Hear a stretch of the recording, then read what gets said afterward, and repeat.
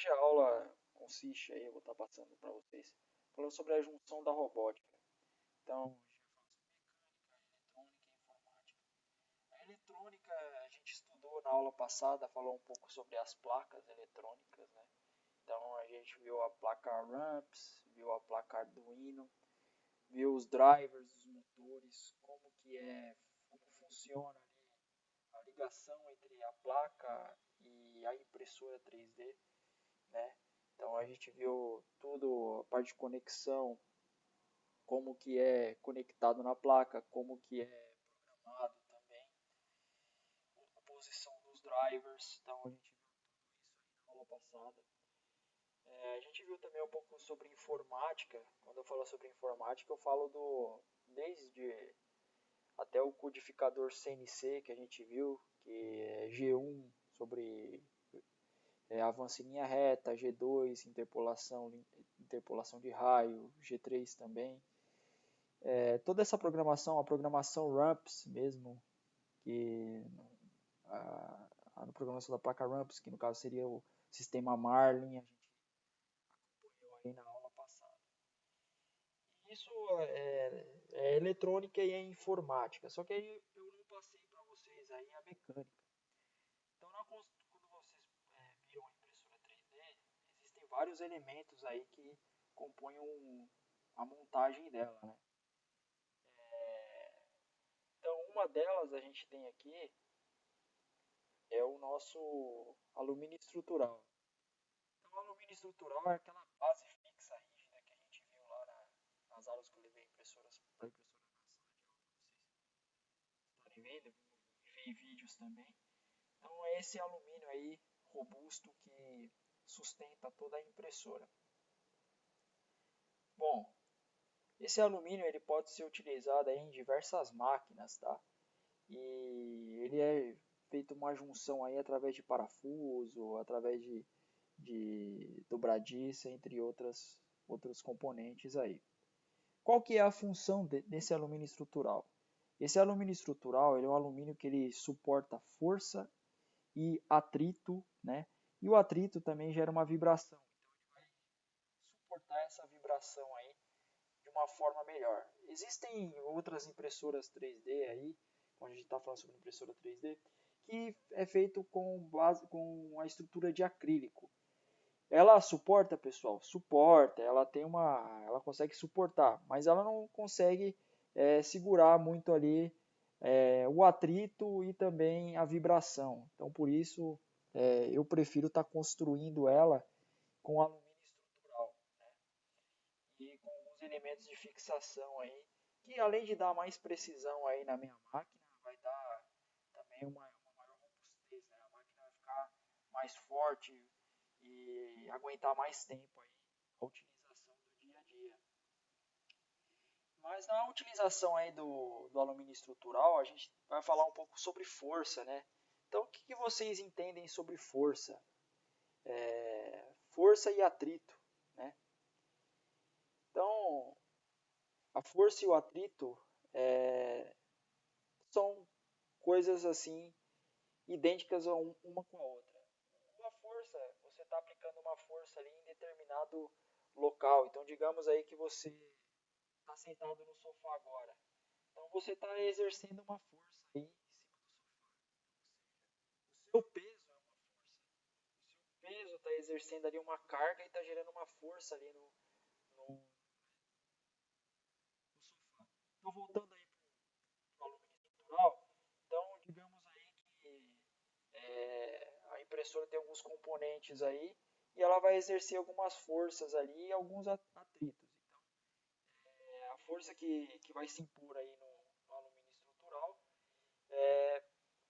ela vai estar tudo suportado aí numa carga, numa forma de carga, né? Então, eu vou estar falando também sobre a carga e sobre o atrito. Voltando aí sobre o atrito. O atrito nada mais é que a força que se impõe ao movimento. Aí vocês devem perguntar: o que é isso, professor? Como assim a força que se impõe ao movimento? Então, digamos aí que vou até pedir para vocês fazerem um experimento aí na casa de vocês. Então, você tem lá a cadeira. Vamos lá, vamos supor a cadeira. Então essa cadeira, você puxa ela e arrasta ali. O que está acontecendo ali entre o chão e a base da cadeira? Está gerando aí um atrito, né? Então você está forçando aquela base contra o chão. Então está gerando ali uma força, né? E o atrito, que está arrastando, está arranhando aquilo no chão. Isso aí é o atrito. Aí você deve perguntar, tá bom, mas você deu o exemplo aí da cadeira, mas o que tem a ver com a impressora 3D, professor? O que tem a ver com robótica?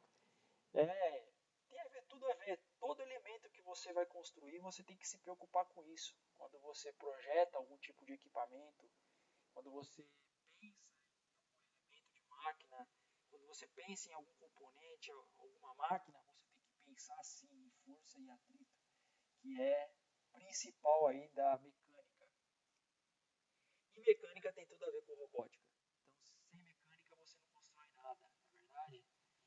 Então, falando aí, o atrito na impressão 3D, então você tem a polia, você tem os rolamentos, você tem os parafusos ali, então você tem aquele movimento, você tem aquele eixo, que é a haste, aquela haste ela vai para lá e ela anda para um lado e para o outro, transversal e longitudinal. Então ali está gerando um atrito na impressora 3D. E esse atrito é representado aí como eu falei no exemplo anterior. Então, eu falei da cadeira, então eu vou estar falando aí agora aí mostrando na prática aqui para vocês. Então, o F aqui representa a força, né? E o meu P aqui é o peso. Então, imagina só que eu estou aplicando uma força aqui, esse peso aqui, ele está exercendo ali sobre a mesa. Eu estou puxando aqui, ó, como esse rapazinho bonitinho aqui na foto, ele está puxando o equipamento. Esse equipamento ele está gerando um atrito aqui na mesa, né? Então ele está gerando uma força aqui e está arranhando aqui sobre a mesa. Isso aqui, pessoal, é o atrito. Então a força seria o quê? O próprio peso.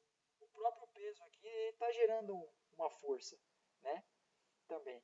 E aí tem essa outra força aqui, essa outra força que o rapaz está puxando aqui, que está gerando o atrito aqui embaixo.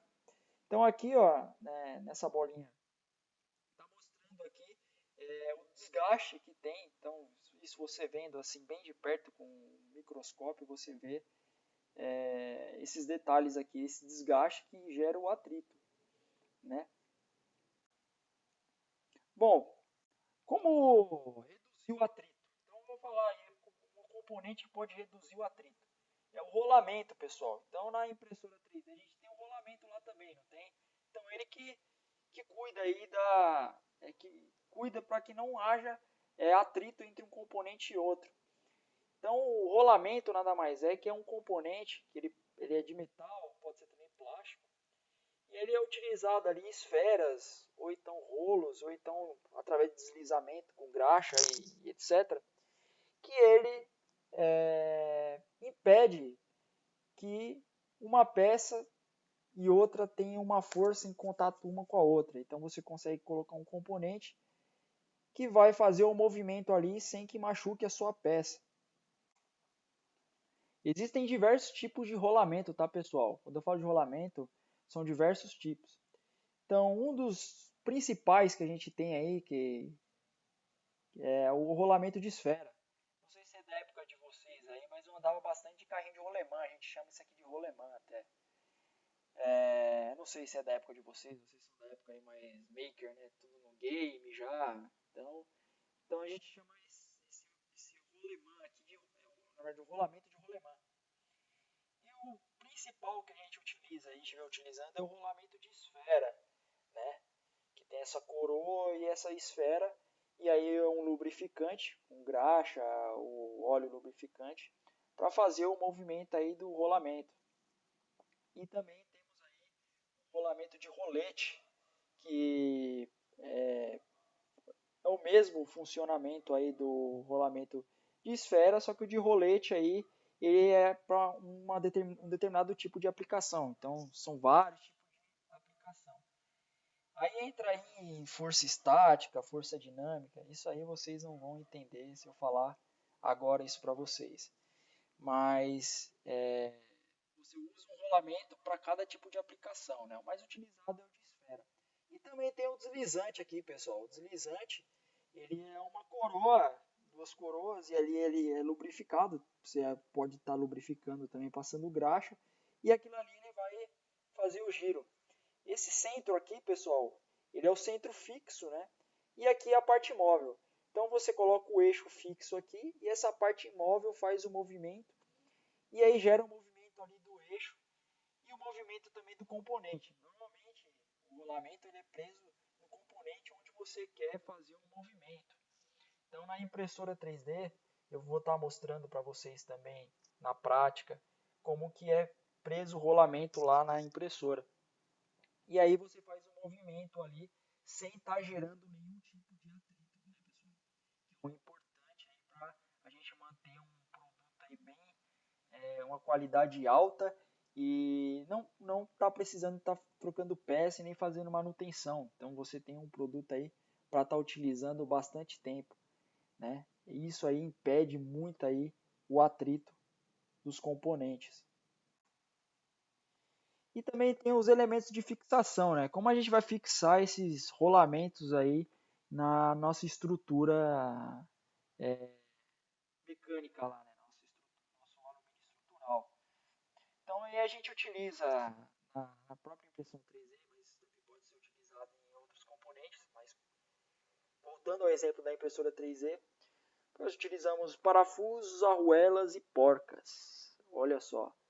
Então os parafusos, todo mundo já conhece, não sabe o que é um parafuso, né? Então é um elemento de fixação, ele tem uma rosca e ele serve para fixar algo.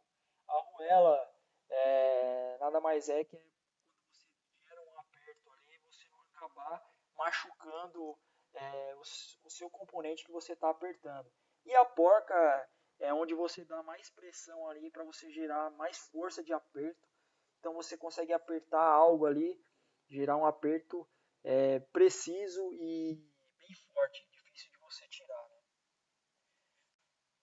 Bom, tipos de parafuso aí, eu vou estar falando para vocês aí sobre os parafusos métricos. Existem diversos tipos de parafuso. Então tem parafuso em polegada, né, que a gente não vai entrar agora, que é complicado. A gente vai falar sobre os métricos que são os mais utilizados. Então aqui a gente tem o filete, né, onde ele e o vão.